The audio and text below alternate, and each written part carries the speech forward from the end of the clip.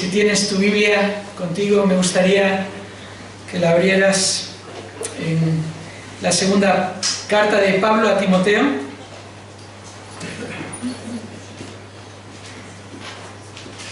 Segunda de Timoteo, capítulo 2.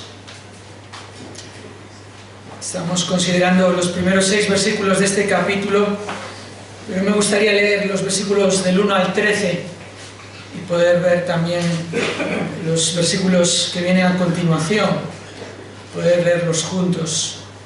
Segunda de Timoteo, capítulo 2 y versículo 1. Dice así la palabra del Señor: Tú pues, hijo mío, fortalécete en la gracia que hay en Cristo Jesús. Lo que has oído de mí en la presencia de muchos testigos, eso encarga a hombres fieles que sean idóneos para enseñar también a otros. Sufre penalidades conmigo como buen soldado de Cristo Jesús.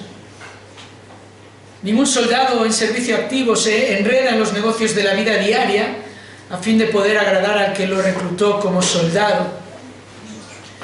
Y también el que compite como atleta no gana el premio si no compite de acuerdo con las reglas.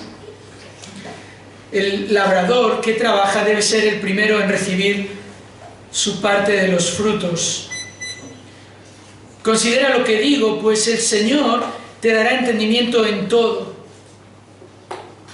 Acuérdate de Jesucristo, resucitado de entre los muertos, descendiente de David, conforme a mi evangelio, por el cual sufro penalidades, hasta el encarcelamiento como un malhechor. Pero la palabra de Dios no está presa. Por tanto, todo lo soporto por amor a los escogidos, para que también ellos obtengan la salvación que está en Cristo Jesús, y con ella gloria eterna. Palabra fiel es esta, que si morimos con Él, también viviremos con Él. Si perseveramos, también reinaremos con Él. Si le negamos, Él también nos negará. Si somos infieles, Él permanece fiel, pues no puede negarse a sí mismo.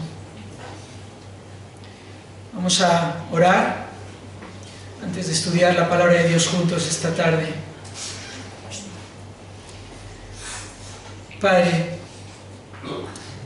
que tu Espíritu dé vida a la semilla en nuestro interior y que tu palabra eche raíz en lo profundo de nuestro corazón.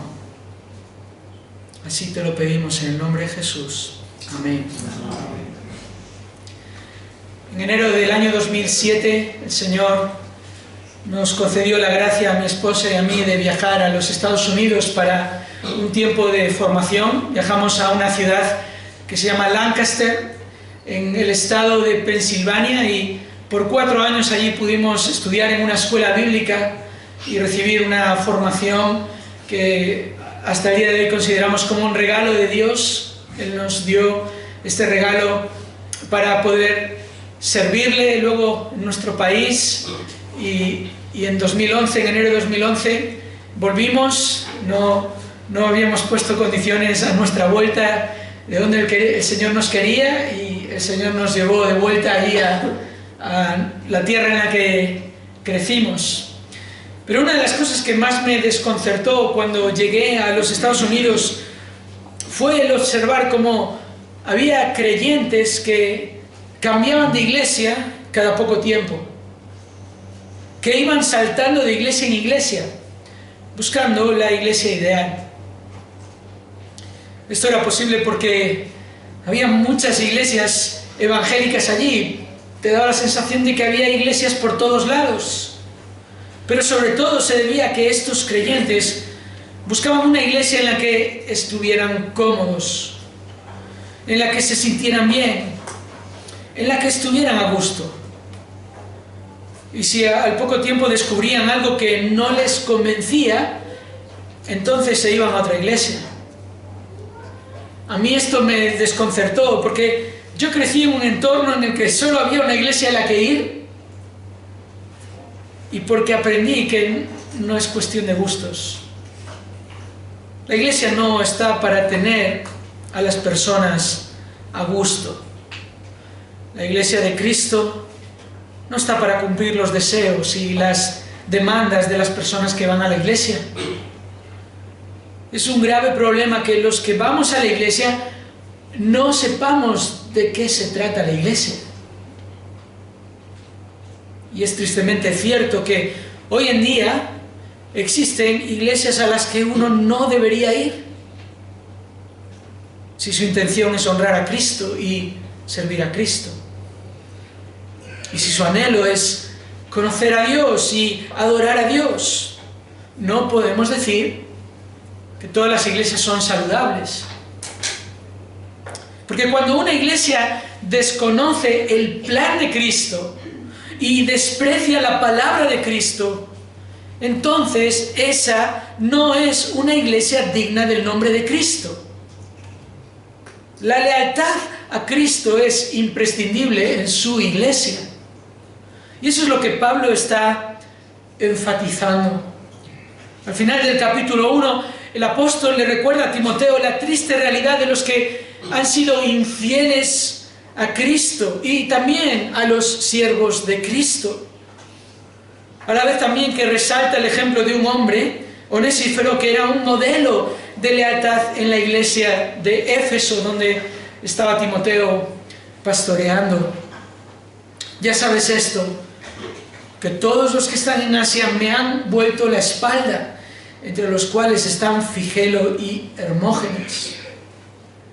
En un contexto en el que Pablo está invitando a Timoteo a padecer por causa del Evangelio, y en el que está escribiendo desde la cárcel porque está padeciendo por causa del Evangelio, qué dolor tiene que ser para el siervo de Cristo ver a quienes han renegado de Cristo, a quienes han dicho, ese Pablo yo no sé quién es, no me identifico con él. Pero conceda el Señor misericordia a la casa de Onesíforo, porque muchas veces me dio refrigerio y no se avergonzó de mis cadenas. Timoteo, mira en tu propia iglesia a este hermano, posiblemente su casa, no solo él, fieles a Cristo, dispuestos a sufrir y a servir a Cristo y aún a buscar con afán y hallar a quienes están sufriendo por el Evangelio, identificándose con ellos, aún exponiéndose a sufrir lo mismo que el apóstol Pablo está sufriendo. Y al comienzo del capítulo 2, Pablo va a insistir en esta actitud de lealtad. En los primeros versículos de este capítulo 2, Pablo va a animar a Timoteo a seguir el ejemplo de Onesíforo, a seguir su propio ejemplo, y por medio de 3 exhortaciones específicas le va a mostrar, le va a indicar cuáles son las muestras de verdadera lealtad a Cristo. Fortalécete en la gracia, versículo 1. Encarga lo que has oído de mí a hombres fieles que sean idóneos, versículo 2. Y versículo 3, sufre penalidades. Estas son 3 muestras de verdadera lealtad a Cristo. Los creyentes no deberíamos ir saltando de iglesia en iglesia, buscando aquella que se acomode más a nuestras preferencias. Los creyentes tampoco deberíamos estar en una iglesia sin entender correctamente el plan de Cristo para su iglesia. Y por eso este pasaje nos ayuda tanto, para que tengamos una idea clara de lo que Cristo espera de los suyos, y para que, sabiendo esto, nos entreguemos a Él y a su iglesia con toda nuestra devoción y disposición para proclamar y preservar el precioso Evangelio. Cristo espera que nos sustentemos en Él. Pablo le dice a Timoteo: fortalécete en la gracia que hay en Cristo Jesús. Esa es la primera muestra de lealtad en este pasaje. Un siervo leal se sustenta en la gracia de Cristo. Eso lo vimos ayer por la tarde, recordando que en Cristo tenemos todo lo que necesitamos, que Cristo es suficiente. Y por eso acudimos a Él. Y acudimos a Él por los medios que Él nos ha provisto, para ser fortalecidos en nuestro ser interior, para ser transformados más y más a la semejanza de nuestro Señor y Salvador, quien espera también que nos sujetemos a Él. Esa es la segunda muestra de lealtad que observamos en este pasaje, ahora en el versículo 2. Lo que has oído de mí en la presencia de muchos testigos, eso encarga a hombres fieles que sean idóneos para enseñar también a otros. Un siervo leal se sujeta a la estrategia de Cristo, la estrategia de Cristo para preservar el Evangelio de Cristo. Y en este pasaje nos vamos a detener por el resto de nuestro tiempo en esta tarde, en este versículo 2, concretamente. Mañana volveremos para seguir considerando los versículos del 3 al 6 y para observar una tercera muestra de lealtad a Cristo, y es que un siervo leal se sacrifica por la causa de Cristo. Lo veremos en los versículos del 3 al 6, como digo, pero es necesario que nos detengamos aquí en un versículo crucial para entender el plan de Cristo para que su iglesia proclame el Evangelio con precisión y para que lo preserve con exactitud. El encargo de Pablo a Timoteo es el de pasar el Evangelio que recibió. Esto lo notábamos ayer.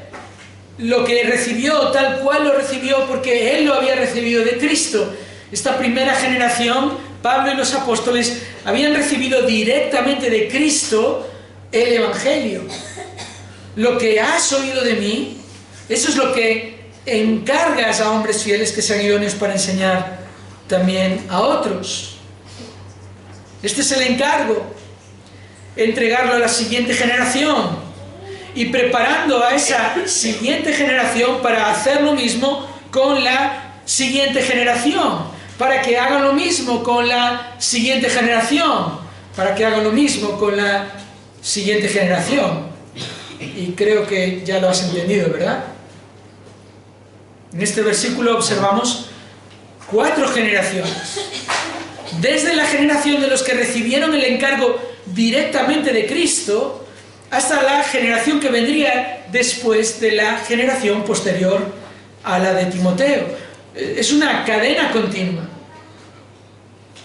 Es una carrera de relevos en la que el testigo, lo que pasamos, es el Evangelio.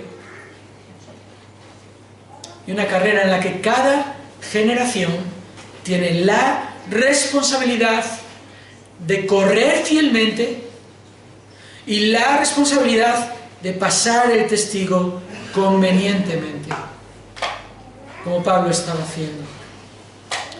Este pasaje nos muestra la sumisión del siervo de Cristo a la estrategia de Cristo. Es esto, Timoteo. Aquí no hay otras estrategias, aquí no hay otras cosas que hacer. No tienes que crear tú tu propio mensaje para tu generación. No tienes que crear tú tus propios métodos para tu generación y luego que la siguiente generación haga lo que buenamente pueda. Este es el Evangelio, el buen depósito, el tesoro que te ha sido encomendado.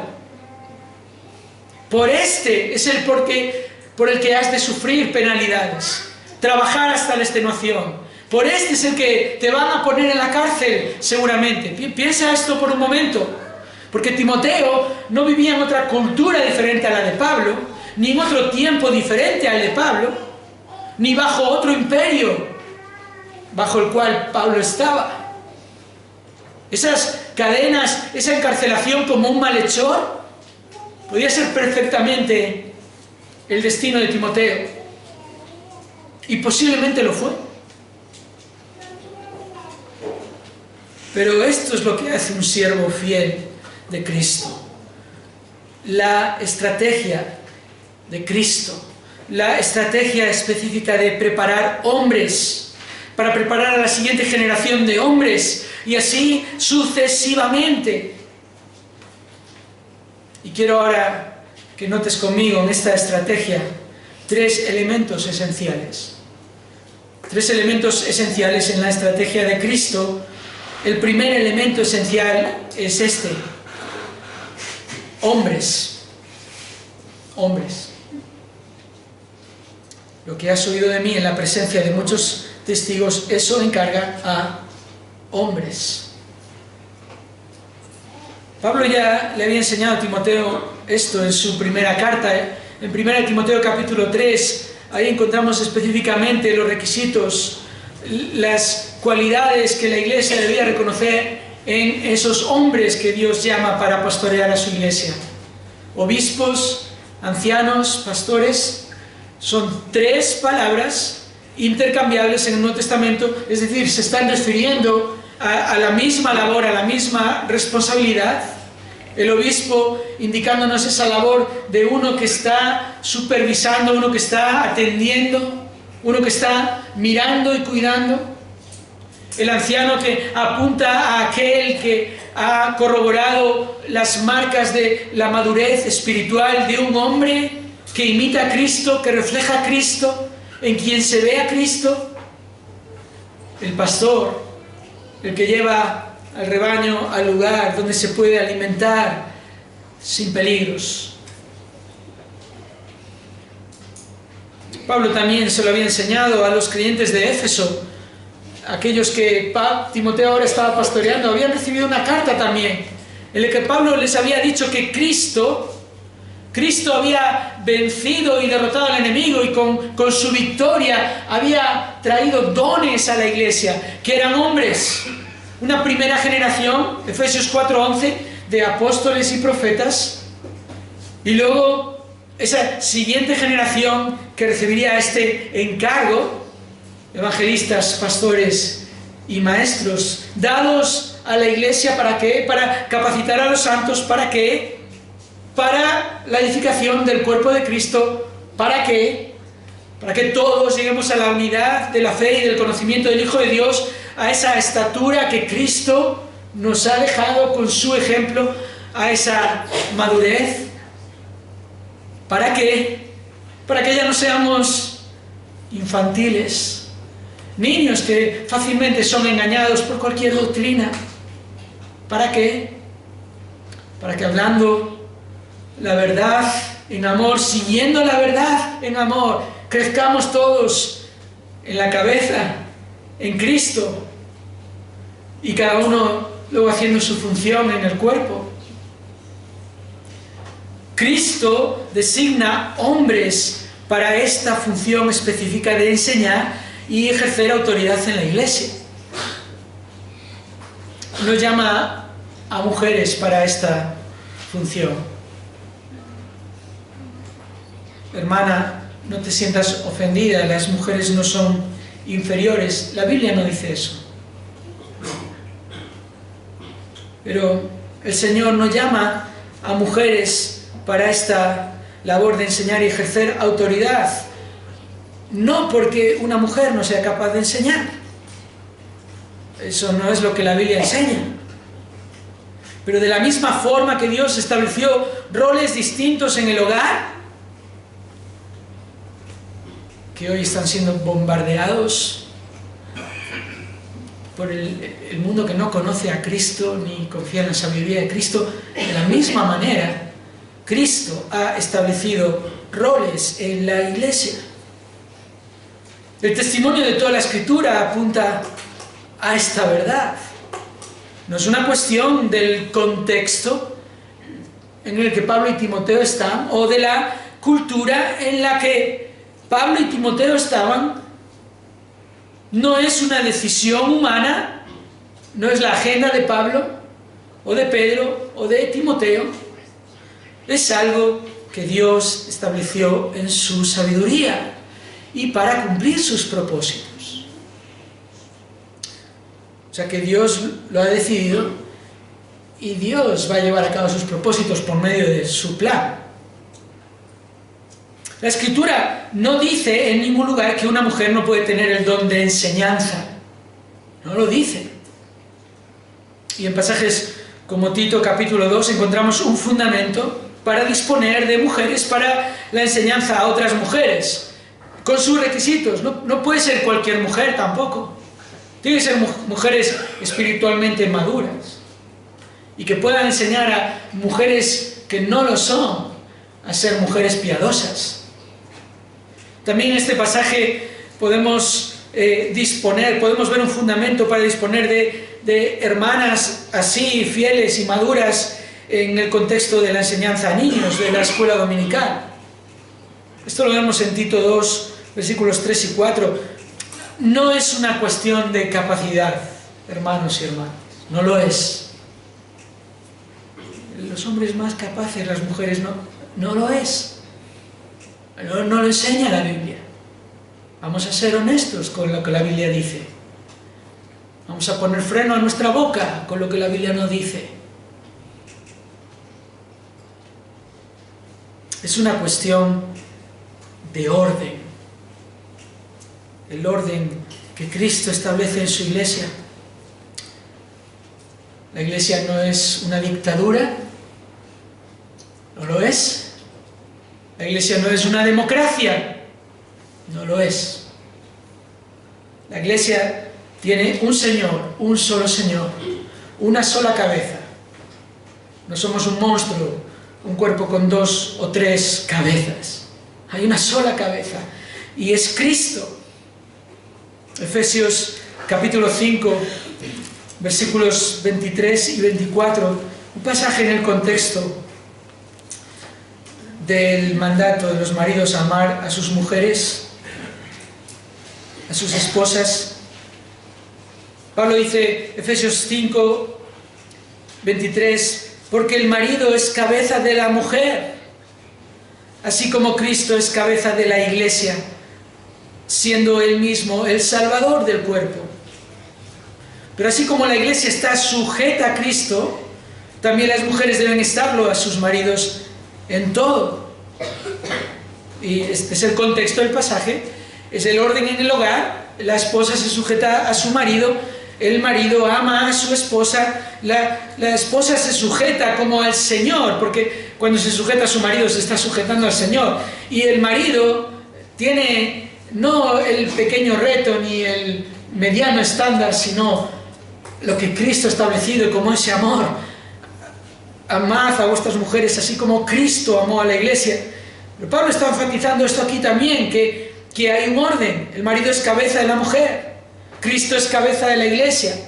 Y es esto la enseñanza de que entonces sí que la mujer es inferior.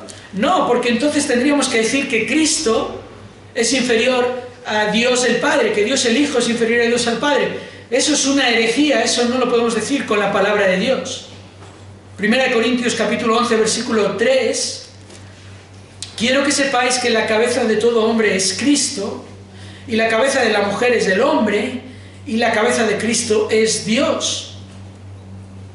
Cabeza implica autoridad. Autoridad entre iguales. Autoridad entre iguales.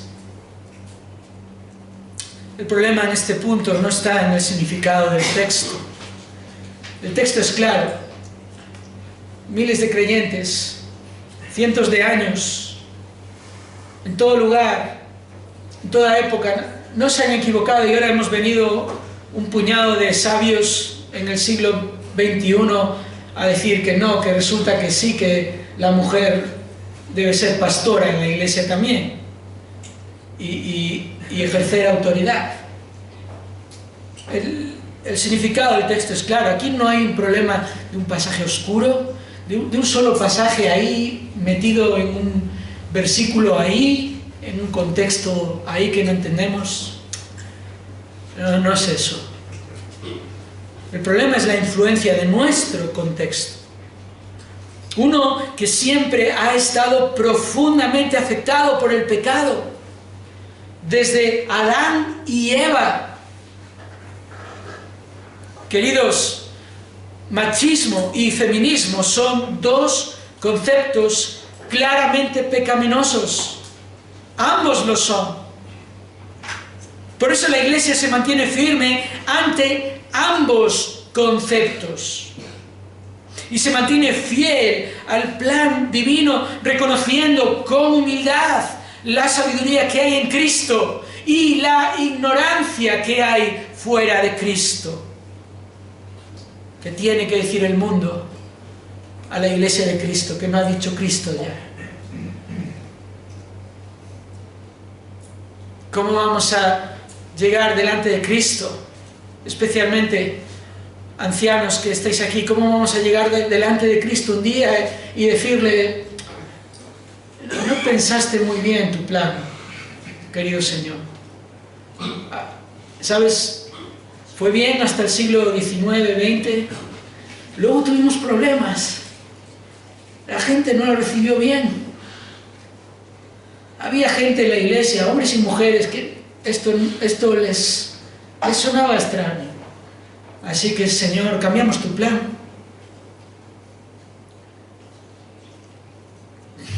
No vamos a hacer eso, ¿verdad? El Señor de la Iglesia ha establecido que aquellos que deben asumir la función específica de ejercer autoridad por medio de la enseñanza fiel y precisa de las Escrituras, y también la responsabilidad de ejercitar a los próximos pastores, sean hombres. Pero no hemos leído todo el versículo, ¿verdad? Dice más, míralo, fíjate. Esto encarga a hombres fieles. Segundo elemento esencial en la estrategia de Cristo: son hombres fieles. No cualquier hombre. No todos los hombres en la iglesia son cabeza de todas las mujeres en la iglesia. La estrategia es que sean hombres, pero que sean hombres fieles. Y Pablo no va a desarrollar este elemento aquí, no lo hemos desarrollado porque ya lo había hecho. 1 Timoteo capítulo 3 y versículos del 2 al 7. Un obispo debe ser, pues, irreprochable, marido de una sola mujer, sobrio, prudente, de conducta decorosa, hospitalario, apto para enseñar, no dado a la bebida, no pendenciero, sino amable, no contencioso, no avaricioso, que gobierne bien su casa, teniendo a sus hijos sujetos con toda autoridad. Pues si un hombre no sabe cómo gobernar su propia casa, ¿cómo podrá cuidar de la iglesia de Dios? No un recién convertido, no sea que se envanezca y caiga en la condenación en que cayó el diablo.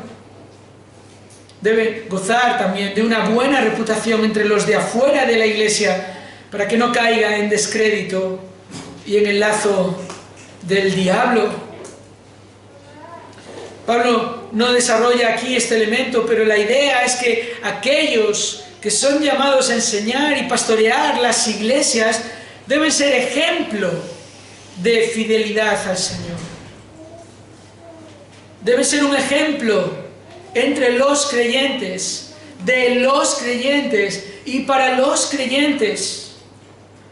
Ejemplo de fidelidad a la ley del Señor. Porque no debemos olvidar, hermanos, que somos salvos por gracia. Somos salvos por la fe. Esto es lo que la Biblia nos dice, ¿verdad? No es por obras. Nuestra obediencia a la ley de Dios no nos da la salvación. Ese no es el propósito por el cual Dios dio su ley.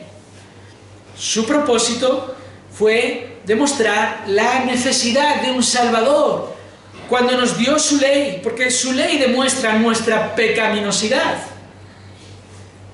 Pero, hermanos, hermanas, una vez hemos sido salvados, por obediencia ajena, la obediencia de Cristo, por sacrificio ajeno, el sacrificio de Cristo. Una vez que hemos sido salvados, somos exhortados ahora a vivir según la ley, a obedecer la palabra de Dios. Somos llamados a hacerlo, por supuesto, fortalecidos en el poder y la gracia que hay en Cristo. Nuestro objetivo como creyentes es la obediencia, ¿o no lo es? Porque ese versículo que dice, por gracia sois salvos, Efesios 2, 8, por gracia habéis sido salvados por medio de la fe, y esto no de vosotros, sino que es don de Dios, no por obras para que nadie se gloríe. A continuación dice estas palabras que igual recuerdas, igual conoces, porque somos hechura suya, creados en Cristo Jesús para hacer buenas obras, las cuales Dios preparó de antemano para que anduviéramos en ellas. Un pastor lo explica de esta manera sencilla que creo que nos puede ayudar. Él dice, la ley nos trae a Cristo. La ley nos muestra nuestra incapacidad, nos muestra nuestra pecaminosidad, nos muestra nuestra necesidad de un Salvador, ¿verdad? La ley nos trae a Cristo. Y luego este pastor continúa diciendo, y Cristo nos lleva de vuelta a la ley, para ahora sí obedecerla. Así que todos los creyentes somos llamados a ser fieles. Eso es lo que la palabra de Dios enseña. Hombres y mujeres, todos los hombres y todas las mujeres, pero de manera particular, todos los hombres que son llamados a pastorear han de ser ejemplo de esta fidelidad. Y por cierto, una fidelidad establecida en la palabra de Dios. Dios determina el estándar, los requisitos, porque ¿sabes qué? Podríamos caer fácilmente en la subjetividad, ¿verdad? Una iglesia podría tener sus requisitos. Aquí los ancianos tienen que ser esto. Otra iglesia podría poner los suyos. Otra iglesia podría decir, no, nosotros los vamos a quitar todos. Otra iglesia podría decir, no nos parecen suficientes, vamos a poner más. No es nuestro estándar.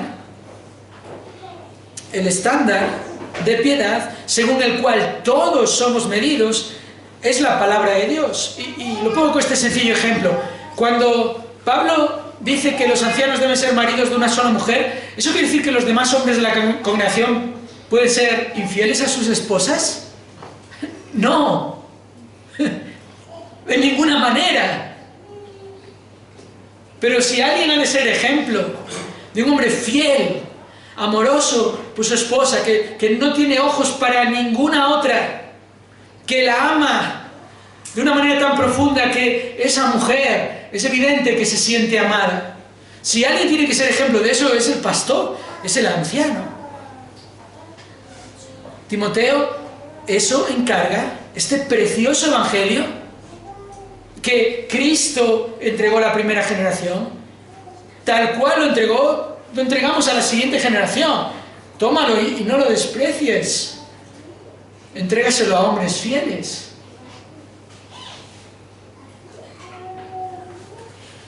Porque esto es lo que sucede. Volviendo al ejemplo del principio, de los que buscan la iglesia ideal y que ya tienen definido cómo debe ser su pastor ideal. Porque todos tenemos una idea predefinida de lo que debería ser y hacer un pastor. Pero el estándar lo marca Cristo. Las expectativas las determina Cristo, porque la estrategia es la de Cristo.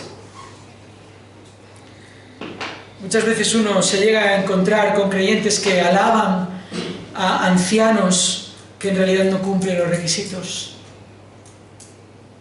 Y muchas veces también uno se puede encontrar con creyentes que desprecian a ancianos que sí cumplen los requisitos, que sí son fieles según el estándar de Dios que son ejemplos de lealtad a Cristo y que serán utilizados por Cristo. Da igual que nuestras expectativas y nuestros razonamientos nos suenen muy lógicos y piadosos. Da igual que nuestra opinión nos parezca muy sabia. Si no nos sujetamos a la estrategia de Cristo, condicionaremos la propagación del Evangelio de Cristo. Ya lo decía ayer, el peligro está a una sola generación de distancia. Si no confiamos en el plan del Señor y nos esforzamos por seguir su estrategia, llegaremos a ser un estorbo en la difusión del verdadero Evangelio, una piedra de tropiezo en la extensión del reino de Cristo. Y qué triste que eso ocurra, ¿verdad? Qué triste que haya momentos en los que los pastores no están viviendo de acuerdo al Evangelio y no están proclamando el verdadero Evangelio y no están pasando el verdadero Evangelio a la siguiente generación. Y qué triste que iglesias estén esperando de sus pastores lo que en realidad no es el plan del Señor. Confiemos en Cristo. Querida iglesia, confiemos en Cristo. ¿Acaso Él ha defraudado a su iglesia alguna vez? 21 siglos ha defraudado Cristo a su iglesia. Confiemos en Él. Confiemos por medio de involucrarnos en su plan, por medio de seguir de manera fiel su estrategia, la estrategia de hombres fieles. Pero no hemos acabado, ¿verdad? Nuestro texto sigue. Eso encarga a hombres fieles que sean idóneos. Y este es el tercer elemento esencial: hombres idóneos para enseñar. No te quiero confundir, pero el también de nuestro versículo, eso encarga a hombres fieles que sean idóneos para enseñar también a otros. Ese también es más cercano al texto original si lo ponemos a hombres fieles que también sean idóneos. Son estas dos características, son estas dos cualidades, son estos dos elementos: hombres que son fieles y que son también idóneos para enseñar. El tercer elemento esencial en la estrategia de Cristo es la idoneidad de estos hombres fieles en la tarea de enseñar y entrenar. ¿Verdad? Cerramos aquí un poco más el círculo en la estrategia de Cristo para preservar su Evangelio. En este sentido, ¿verdad? En la iglesia hay hombres. En la iglesia hay hombres, pero no todos los hombres son fieles. No todos los hombres son maduros. Y en la iglesia hay también hombres fieles, pero no todos han sido capacitados para la tarea de enseñar la palabra de Dios. ¿Verdad? Aquí nos encontramos con el principio otra vez. ¿Solo los que el Señor llama para enseñar su palabra tienen que ser maduros? No. ¿Verdad? Todos. ¿Solo los hombres? No. Todos. Pero algunos han sido llamados a esta función de ser maestros, de enseñar, de entrenar a la siguiente generación de enseñadores, que también entrenarán a su generación. Este es el requisito específico que nos ayuda a distinguir a los que han recibido la responsabilidad de enseñar a la iglesia, la responsabilidad también de entrenar a la siguiente generación de pastores y predicadores. Y hay dos cosas que debemos enfatizar aquí. Primero, que este requisito, idóneos, no es independiente del requisito anterior.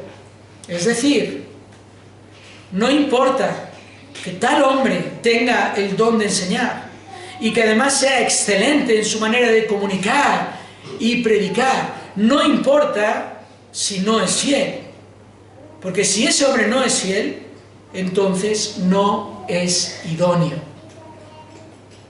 ¿Te has dado cuenta de esto? Y segundo, lo segundo que quiero enfatizar es que la responsabilidad no solo es la de enseñar a la congregación. La responsabilidad también incluye la de entrenar a predicadores. También incluye el entrenar a predicadores. Y este me temo que ha sido un serio descuido en nuestras iglesias. En un sentido, nunca han faltado quienes enseñen y prediquen, ya sea por vocación espiritual o por promoción personal. En nuestras iglesias no hemos tenido problemas en encontrar quienes ocupen el púlpito. Pero en la cuestión de preparar bien a los que deben ocupar el púlpito, ahí hemos de decir que nos ha faltado dedicación. Porque la Escritura claramente recalca la necesidad de preparar bien a los que han de enseñar, sin movernos de 2 Timoteo 2, sin movernos de ahí, porque podríamos ir a más pasajes, pero fíjate, versículo 15, procura con diligencia presentarte a Dios aprobado, como obrero que no tiene de qué avergonzarse, que maneja con precisión la palabra de verdad. Versículos 24 y 25. Y el siervo del Señor no debe ser rencilloso, sino amable para con todos, apto para enseñar, sufrido, corrigiendo tiernamente a los que se oponen, por si acaso Dios les da el arrepentimiento que conduce al pleno conocimiento de la verdad. Ahora sí, vamos al capítulo 4. Pablo le dice en el versículo 1, te encargo solemnemente en la presencia de Dios y de Cristo Jesús, que ha de juzgar a los vivos y a los muertos por su manifestación y por su reino, predica la palabra, insiste a tiempo y fuera de tiempo, redarguye, reprende, y ahora fíjate en esto, exhorta con mucha paciencia e instrucción. Y esto está apuntando a esa labor de entrenar, que requiere mucha instrucción y requiere mucha paciencia. No sucede de la noche a la mañana. No es que el hombre tiene maneras y puede hablar delante de la gente y le vamos a soltar ahí delante de la congregación a que se equivoque. No es eso. Un predicador inglés del siglo pasado que se llamaba John Stott dio este consejo. Dijo, no se preocupe por quien entra y sale de la iglesia, preocúpese por lo que entra y sale del púlpito. ¿Estamos preocupados por lo que entra y sale del púlpito? Este es el requisito, esta es la estrategia de Cristo, esta es la lealtad a Cristo, la idoneidad que está en la capacidad y el cometido de enseñar y entrenar. Y algo que siempre es pertinente que recordemos en este asunto, en esta labor de enseñar y entrenar, es el hecho de que esta labor requiere tiempo. Demanda mucho tiempo de parte de esos hombres idóneos. De hecho, debería ocupar la mayor parte de su tiempo. El estudio profundo de las Escrituras, la preparación precisa de la enseñanza bíblica, la planificación pertinente del entrenamiento específico. Todas estas cosas demandan tiempo. Aún los apóstoles, esa generación única y particular, irrepetible, en la manera que Dios les capacitó a ellos, pero aún ellos dijeron, hermanos, no es lícito que nosotros descuidemos el ministerio de la palabra y la oración. A ver si nos pensamos que los apóstoles no estudiaban y no preparaban lo que predicaban. A ver si hemos pensado que les salía cuando abrían la boca. No, requiere tiempo. Y por eso, y voy a decir esto con mucho cuidado, ya me voy a anunciar antes de decirlo, pero a veces la expectativa distorsionada de una iglesia está en suponer que el pastor esté en cada actividad, en cada ministerio, en cada visita, que cuanto más lo veas, más idóneo eres. Cuando en realidad deberías verlo poco, entiéndeme bien, deberías verlo en el púlpito y poco más, ese poco más en otros ámbitos de la enseñanza, del pastoreo, ¿verdad? El discipulado, el aconsejamiento, el cuidado, que básicamente es por medio de la enseñanza y la exhortación de la palabra de Dios. Yo sé que esto suena muy radical para algunos. De hecho, lo prediqué en mi iglesia y algunos me hicieron saber que sí que había sido algo radical. E incluso hasta puede que suene equivocado esto de que lo veas poco y que lo veas en el ámbito de la enseñanza. Pero si el hombre es fiel y es idóneo, ¿sabes por qué es? Es porque está dedicando muchas horas a la preparación de sus predicaciones. Es porque está dedicando muchas horas a la preparación de otros predicadores. Algunos piensan que su iglesia va bien porque sus pastores hacen de todo. Y están a todo. Y se acuerdan de todos.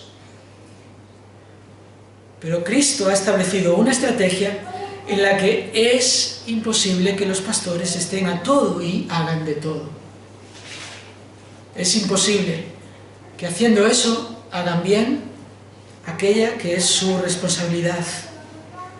Si no tenemos cuidado, hermanos, y no entendemos bien la estrategia de Cristo, nuestras expectativas en cuanto a nuestros pastores van a ser equivocadas. Y no hay duda, te frustrarás con tus pastores. Te sentirás incómodo en la iglesia. Puede que hasta con la tentación de ir y buscarte otra iglesia. Pero entonces, si preferimos seguir nuestras preferencias y si ponemos por encima nuestros gustos y nuestras opiniones, ¿sabes qué?